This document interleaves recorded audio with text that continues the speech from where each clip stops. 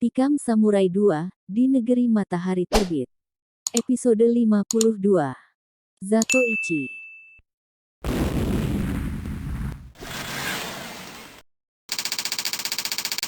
Tikam Samurai 2, di Negeri Matahari Terbit. Episode 52. Zatoichi. Si bungsu kembali duduk di sisi tombak bercabang 3 yang menancap dalam di dinding kamar. Dia belum mampu tegak. Sebab dada, perut, tangan dan pahanya luka parah. Yang terasa sangat sakit adalah luka di pahanya bekas dihujam tombak bercabang 3 itu. Dia menatap pada Zatoichi. Zatoichi bersandar ke pintu. Dan perlahan, tubuhnya yang bersandar itu meluncur turun lalu duduk di lantai dengan tetap bersandar. Kepalanya terangkat. Dia seperti menatap pada si bungsu. Dan untuk pertama kalinya si bungsu melihat bahwa lelaki yang bernama Zatoichi ini sebenarnya sudah tua. Kerut di wajahnya, serta rambutnya yang sudah memutih membuktikan ketuaannya itu. Namun, secara menyeluruh, lelaki itu kelihatan penyabar dan tenang. Sikapnya tidak hanya menimbulkan rasa kasihan, tapi juga menimbulkan rasa simpati. Domo arigato gozaimasu Ichi-san. Saya banyak mendengar kehebatan Zatoichi-san, dia berkata perlahan. Zatoichi menarik nafas panjang. Kemudian menunduk. Luar biasa. Benar-benar luar biasa. Seorang asing menjadi jagoan samurai yang ditakuti di negeri Jepang. Engkau benar-benar seorang yang luar biasa bungsu-san. Suara Zatoichi bergema dari tempat duduknya di lantai dan bersandar ke pintu. Si bungsu diam. Dia berusaha tegak. Namun dengan keluhan sakit, dia terduduk lagi. Nampaknya engkau luka parah. Kamar ini terlalu bau bangkai, engkau harus keluar dari sini anak muda. Zatoichi berkata. Ya, saya rasa saya menang harus keluar. Tapi, suaranya terhenti. Saya bisa membantumu. Mari. Zatoichi berdiri. Dan si bungsu melihat betapa lelaki itu tegak bertumpu dengan samurainya yang merangkap sebagai tongkat. Kemudian dengan tongkat itu pula, dia melangkah terlatih-tatih mencari jalan. Bila ujung tongkatnya menyentuh mayat salah seorang anggota Kumagai Gumi, dia lalu menghindarkan langkahnya dari sana. Caranya berjalan sangat mengharukan. Dengan beberapa kali tersandung pada tubuh mayat-mayat itu, akhirnya Zatoichi sampai ke dekat si bungsu. Dia berjongkok, meraba tangan, dada dan paha si bungsu. Mereka membantaimu bungsu-san, katanya perlahan. Dan dengan berpegang ke tangan Zatoichi si bungsu berdiri. Diam-diam Zatoichi merasa kagum atas ketangguhan anak muda ini. Tangguh dalam bersamurai dan tangguh dalam menghadapi derita. Dan senja itu, dia pindah dari hotel tersebut. Dengan sebuah taksi yang dipanggilkan oleh pelayan hotel dia dibawa Zatoichi jauh ke luar kota. Ke sebuah kuil tua. Di bahagian belakang kuil itu ada sebuah rumah kecil. Dan rupanya di rumah inilah Zatoichi tinggal. Itu terbukti dengan bergantungan beberapa helai pakaian Zatoichi. Nah, tenanglah. Kita akan coba mengobati luka-lukamu. Di sini engkau aman. Takkan ada orang yang mencarimu kemari, kata Zatoichi sambil berjalan ke meja. Kamar ini nampaknya sudah dia kenali betul letak-letak barangnya. Sebab si bungsu melihat betapa dengan mudah dia melangkah ke segenap penjuru tanpa menabrak benda-benda dalam rumah kecil itu. Sementara Zatoichi merabut obat, si bungsu masih digeluti penasaran heran dan takjub. Heran kenapa lelaki yang jadi tokoh legenda itu bisa hadir di kamarnya tadi. Takjub, apakah benar bahwa lelaki ini adalah Zatoichi, pahlawan samurai yang tersohor itu? Kota nampaknya semakin ramai. Suara Zatoichi terdengar perlahan. Si bungsu yang terbaring di tempat tidur menolehkan kepala. Tak berniat memberikan komentar. Dia ingin mendengar lebih banyak tentang lelaki ini. Dahulu, 30 tahun yang lalu, ketika saya masih muda, Kyoto adalah kota yang tenang. Penduduknya memang ramai. Tapi mobilnya tak sebanyak sekarang. Hanya ada 2 atau 3 mobil. Kini ribuan. Ah, orang buta seperti saya akan hancur digilasnya kalau sering ke kota. Si bungsu tetap tak memberikan komentar. Zato Ichio meneruskan meramu obat. Dan si bungsu segera mengetahui bahwa Zato Ichi ternyata juga seorang yang mahir dalam meramu obat tradisional. Hal itu segera dia ketahui ketika melihat lelaki itu mengeluarkan akar-akar dan beberapa jenis batu-batuan yang dia kikis. Negeri ini dahulu adalah negeri yang aman. Tapi tentara membuat seluruh jadi berubah. Keinginan untuk berkuasa di Asia merembet untuk berkuasa di dunia. Akhirnya menjerumuskan bangsa ke dalam kancah peperangan yang menghancurkan diri sendiri. Zato Ichi berkata terus sambil terus pula meramu obat. Dan obat itu dia teteskan ke luka di dada. Mula-mula rasa panas menyengat. Kemudian sakit dan pedih yang menggigilkan jantung. Namun si bungsu segera membandingkannya dengan rasa sakit ketika dia diazab dalam terowong Jepang di Bukit Tinggi. Yaitu ketika kukunya dicabut dan jarinya dipatahkan satu demi satu. Siksaan itu jauh lebih sakit daripada yang sekarang. Karena itu, dia hanya memejamkan mata. Dan Zato Ichi kembali terkejut melihat daya tahan anak muda ini. Demikianlah, obat itu disiramkan ke seluruh luka di tubuh si bungsu. Kemudian ditempel dengan sejenis daun kayu yang telah didiang panas ke api. Peluh si bungsu meleleh membasahi tubuhnya ketika pengobatan itu selesai. Benar-benar luar biasa. Engkau benar-benar lelaki tangguh bungsu San, kata Zato Ichi. Namun suaranya tak didengar lagi oleh si bungsu. Anak muda itu sudah tertidur. Obat tradisional itu memang bercampur dengan sejenis candu. Candu yang kadar biusnya amat besar. Zat bius itu mengalir di pembuluh darahnya lewat luka yang ditaburi obat tersebut. Demikian kesarnya zat rekat candu dan zat bius dalam obat itu, sehingga si bungsu serta-merta jadi tertidur sebelum pengobatan itu selesai. Zato Ichi menarik nafas panjang. Dia lalu membereskan peralatan obat-obatannya.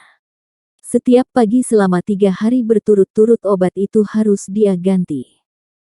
Dan obat itu memang amat mujarab. Obat tradisional Jepang yang kesohor untuk mengobati luka yang betapa parahnya sekalipun. Selesai mengemasi peralatan, Zato Ichi menuju ke kuil tua di depan rumah kecil di mana si bungsu terbaring itu. Di kuil itu dia sembahyang dan berdoa. Kemudian di lantai depan kuil itu, yang terbuat dari kayu keras dan licin mengkilat, dia terbaring. Angin bertiup dari danau di depannya, membuat rasa lelahnya lenyap. Dan dia juga tertidur di sana. Tak jauh dari tempatnya berbaring, di pohon-pohon sakura, malam itu burung-burung malam menggigil kedinginan. Musim dingin tahun ini telah berjalan beberapa hari. Makin lama udaranya masih menusuk. Di kuil tua itu nampaknya tak ada orang lain. Dan kuil itu juga tak membutuhkan lampu. Sebab satu-satunya orang yang ada di sana juga tak membutuhkan penerangan. Apa gunanya penerangan bagi Zato Ichi yang buta? Zato Ichi, siapa yang tak mengenal nama itu di Jepang? Dia adalah tokoh samurai penolong rakyat miskin.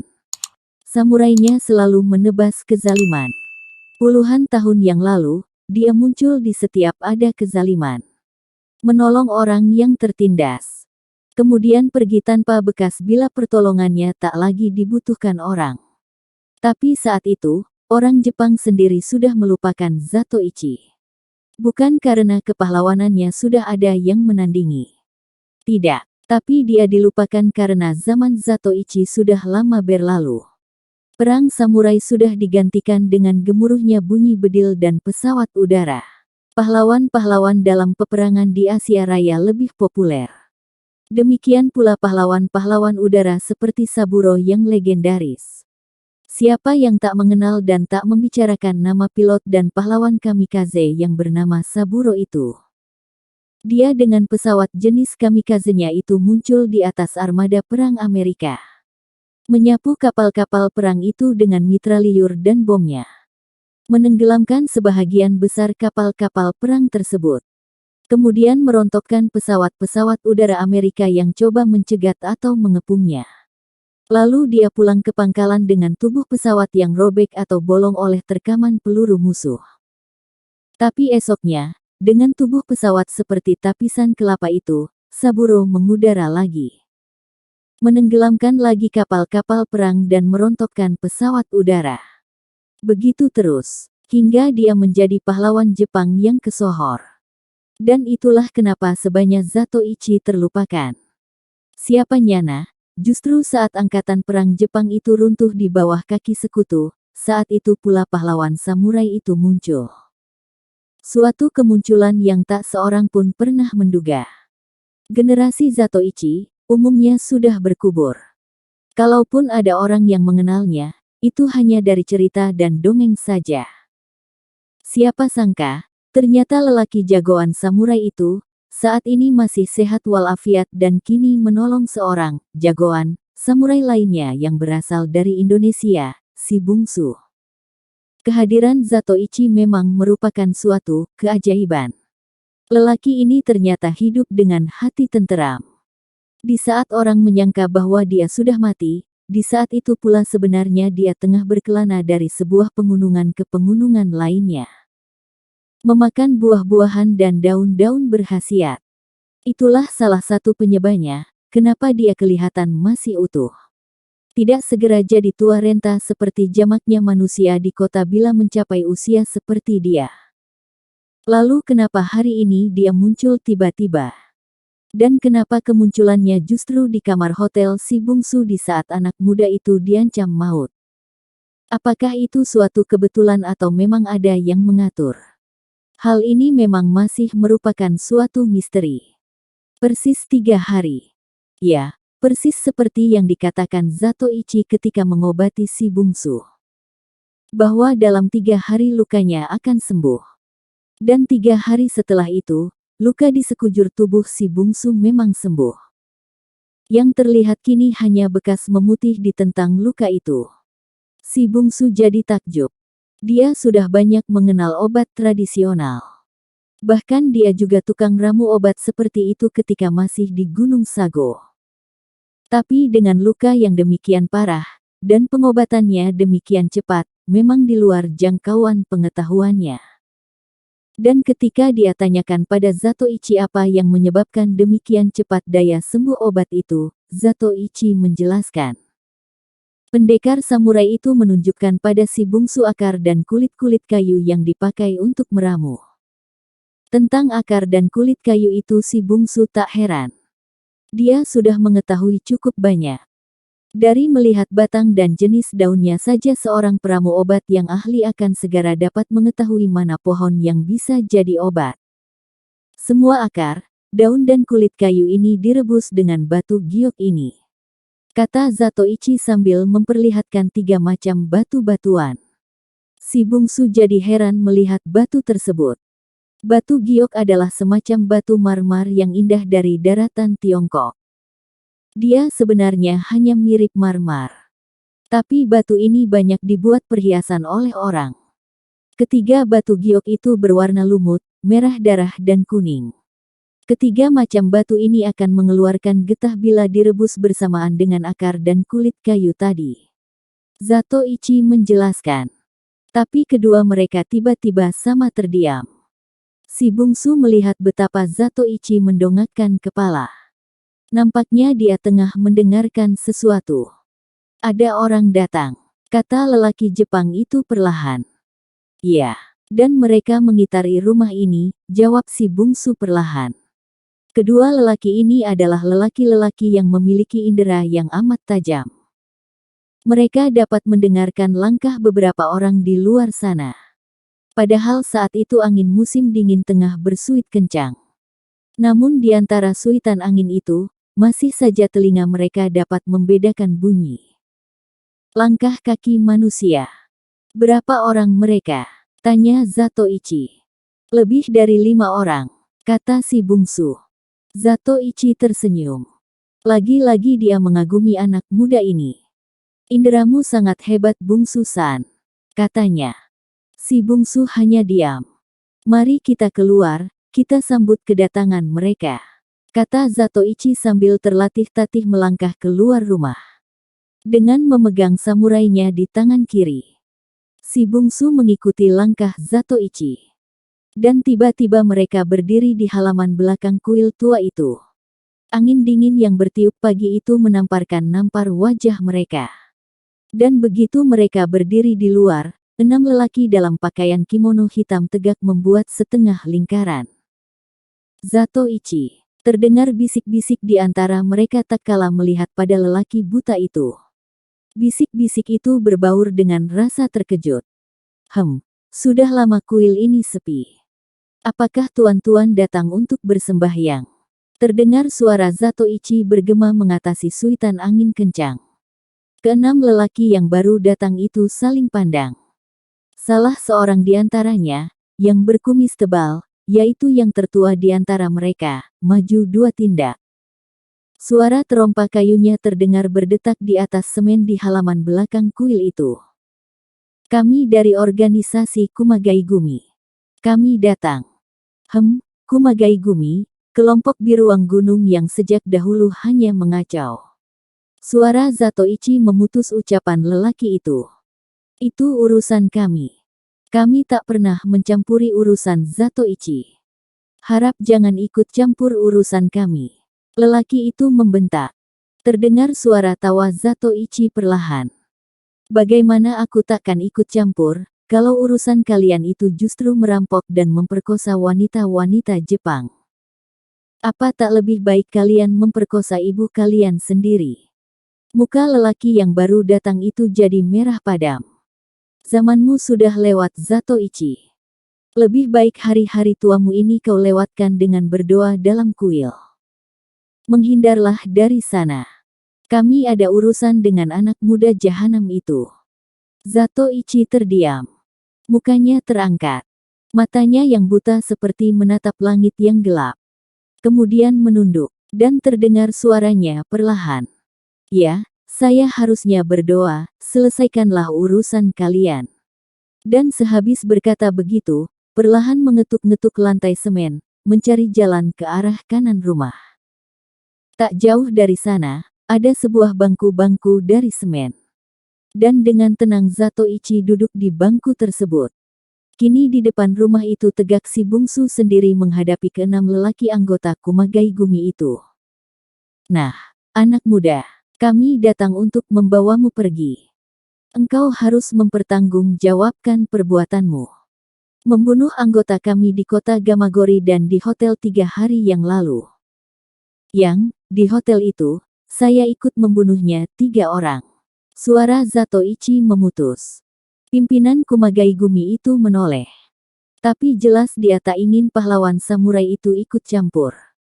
Kalau dia campur tangan, jelas keadaan akan gawat. Karena itu dia lalu berkata, urusan dengan engkau akan kami bereskan kemudian. Kami berurusan dengan orang asing ini. Zatoichi tertawa bergumam. Jelas bahwa dia mengetahui akal licik anggota Kumagai Gumi ini. Namun demikian, dia tetap duduk dengan tenang. Nah, kau ikutlah kami. Suara lelaki berkumis tebal itu berdengung. Si bungsu hanya tersenyum tipis. Bukan salah saya kalau teman-temanmu yang di hotel itu mati. Telah saya katakan saya tak mau persoalan diperlarut-larut. Buat apa kita saling bunuh? Saya sudah bosan dengan pekerjaan membunuh orang. Ucapan si bungsu ini sebenarnya keluar dari hati yang ikhlas. Dia memang tak lagi berniat jadi tukang jagal. Dan itu sudah dia buktikan di hotel ketika anggota Kumagai Gumi itu datang 3 hari yang lalu. Dia tak mau melawan mereka. Dan hal itu hampir saja menyebabkan nyawanya melayang. Keempat lelaki yang memasuki kamar hotelnya itu benar-benar tak berperi kemanusiaan. Untunglah di saat yang sangat gawat Zatoichi datang membantu. Dan kali ini pun, seperti halnya keempat anggota Kumagai Gumi di hotel 3 yang lalu, keenam lelaki ini salah duga akan ucapan si bungsu. Kalau yang datang ke hotelnya dulu menganggap bahwa anak muda ini takut, maka keenam lelaki ini justru menganggap dengan ucapannya itu si bungsu tengah menggertak mereka. Dengan ucapan, "Saya sudah bosan jadi tukang bunuh," mereka menganggap bahwa anak muda ini seakan-akan berkata, "Dengan mudah saya bisa membunuh kalian. Tapi saya sudah bosan." Nah, salah duga biasanya mendatangkan malapetaka. Dan itulah yang akan terjadi di kuil ini. Jangan menyombong Buyung. Apakah kau sangka dengan kemenanganmu melawan anggota Yakuza di Tokyo, kemudian menang lagi melawan anggota kami di Gamagori, lalu terakhir menang lagi melawan pendeta di kuil Shimogamo, engkau menyangka bahwa dirimu sudah hebat? Tidak, saya tidak bermaksud menyombong. Saya memang tak berniat untuk berkelahi. Baik. Kalau begitu engkau harus ikut kami ke markas.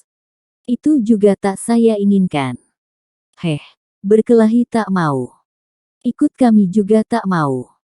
Lalu apa maumu? Saya tak ingin apa-apa. Lupakan saja peristiwa yang lalu. Itu bukan menginginkan apa-apa Buyung. Meminta kami melupakan perbuatanmu di masa lalu sudah merupakan suatu keinginan yang laknat. Lebih baik kau cabut samuraimu, dan lawan kami. Zatoichi terdengar bersiul kecil. Siulnya menyanyikan lagu musim dingin. Suara siulnya lembut dan bergetar. Si bungsu tersenyum. Tersenyum mendengar tantangan itu dan tersenyum mendengar siul Zatoichi. Dan senyumannya membuat hati pimpinan Kumagai Gumi ini jadi berang. Dia memberi isyarat pada 3 anak buahnya. Ketiga orang itu segera maju dengan menghunus samurai mereka. Mereka mengatur posisi. Siul Zatoichi makin jelas terdengar dalam suitan angin musim dingin di luar Kyoto itu. Dan tiba-tiba salah seorang menggebrak maju membabat perut si bungsu. Yang dua lagi dengan cepat menghantam kepala dan kakinya. Serangan itu demikian cepatnya. Namun si bungsu tak mencabut samurainya. Dia mengelakkan ketiga serangan itu dengan memiringkan tubuh, membungkuk dan mengangkat kaki kanan yang dibabat samurai. Lalu melangkah ke depan 2 langkah. Ketiga serangan itu lewat tanpa mengenai sasaran. Siul Zatoichi masih terdengar. Mendayu dan kadang-kadang terhenti pada puncak nada yang tinggi. 3 serangan lagi menggebu ke arahnya. Si bungsu mempergunakan sarung samurainya untuk menangkis serangan itu. Dia sengaja tak mencabut samurai dari sarungnya. Dan sarung samurai yang terbuat dari kayu keras itu dia pergunakan sedemikian rupa hingga ketika membentur samurai lawan jadi mencong arah serangannya. 2 kali serangan seorang. Berarti si bungsu sudah menggagalkan 6 jurus serangan ketiga lawannya tanpa menjatuhkan korban. Ketiga orang itu saling pandang. Demikian juga 3 temannya yang belum turun tangan ikut kaget melihat kehebatan anak muda ini. Kemudian seperti dikomandokan, mungkin karena ingin cepat menyelesaikan perhitungan ini, ke-6 mereka tiba-tiba maju serentak. 6 samurai dari penjahat-penjahat Kumagai Gumi yang terkenal, menggebu-gebu ke tubuh si bungsu. Ke-6 mata samurai itu menyerang 6 tempat yang berbahaya di tubuhnya. Sebenarnya, bagi mata samurai, bahagian manapun di tubuh manusia tetap saja merupakan bahagian yang berbahaya. Karena meskipun mengenai tempat yang tak mematikan, mengenai kaki atau tangan misalnya, tapi serangan itu bisa membuat orang lumpuh seketika. Bayangkan saja kalau tangan atau kaki putus. Maka kini, nasib itulah yang sedang dihadapi si bungsu. Namun kali ini dia tak mau anggap enteng. Bermain samurai baginya akhir-akhir ini memang bukan merupakan suatu kerja yang mendatangkan rasa susah. Gerak tangannya mempergunakan samurai itu hampir-hampir merupakan gerak yang tak diperhitungkan. Merupakan sesuatu kewajaran yang mutlak dan sangat berperhitungan. Begitu gebrakan ke-6 samurai itu menderu mengurung dirinya, tangan kanannya bergerak pula. Samurai tercabut tak sampai sekerdipan mata. Dan saat berikutnya, suara beradunya baja terdengar mengoyak suitan angin dingin. Beberapa bunga api memercik dari pertemuan samurai itu. Kemudian terdengar seruan-seruan tertahan dan rasa kaget. Keenam anggota Kumagai Gumi itu tersurut setindak begitu samurai mereka dihantam samurai anak muda itu. Tangan mereka terasa sakit dan tergetar hebat tak kalah samurai mereka beradu tadi. Hampir saja samurai di tangan mereka berpentalan ke udara kalau mereka tak cepat-cepat mundur. Dan kini si bungsu tegak dengan diam dan dengan samurai tersisip kembali dalam sarangnya. Sudahlah, kita akhiri saja pertikaian ini. Dia ingin berkata demikian. Namun ucapannya belum sempat keluar tak kala keenam lelaki itu dengan didahului sebuah pekik banzai menggebrak lagi maju. 6 samurai kembali bersuitan dengan kecepatan luar biasa. Namun saat berikutnya hanya pekik kaget dan sakit yang terdengar. Keenam samurai di tangan anggota Kumagai Gumi itu mental ke udara. Tercampak jauh dan menimbulkan bunyi yang berisik ketika menimpa lantai batu di halaman belakang kuil tua itu. Dan keenam lelaki itu merasakan betapa tangan atau rusuk mereka jadi pedih dan mengalirkan darah. Siul Zatoichi terhenti seketika. Kepalanya tertegak. Si bungsu masih tetap tegak. Dan kali ini perlahan dia menyarungkan kembali samurainya. Dan keenam lelaki itu, termasuk Zatoichi, segera sadar sepenuhnya bahwa anak muda ini benar-benar telah bermurah hati mengampuni nyawa mereka. Kalau saja dia mau, maka dengan mudah dia bisa menghabisi mereka semua. Tapi buktinya tak seorang pun di antara mereka berenam yang luka parah. Luka di tangan dan rusuk mereka saat ini hanyalah semacam pemberitahuan. Saya tak suka kekerasan. Saya berharap pertikaian kita selesai di sini.